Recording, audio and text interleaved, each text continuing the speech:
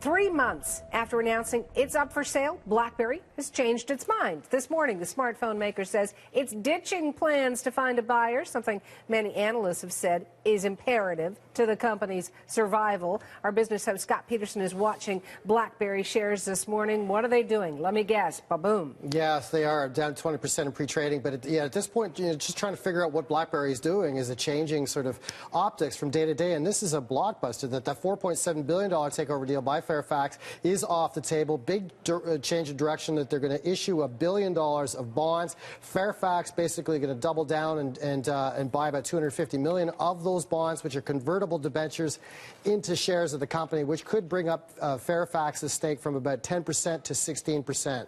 But BlackBerry and the board is spinning this, of course, as a positive story, and this is what they have to say as far as the BlackBerry statement goes just moments ago, saying the BlackBerry board conducted a thorough review of strategic alternatives and pursued the course of action that it concluded is in the best interests of BlackBerry and its constituents, including its shareholders, going on to say that this financing provides an immediate cash injection on terms favorable to BlackBerry, enhancing our substantial cash position. They already got a couple $1 billion in the bank. This will give them another $1 billion at this point. And the second shoe to drop from all of this is the big management change as well. Torsten Heinz, CEO, he'll be stepping down as well with a $33 million parachute.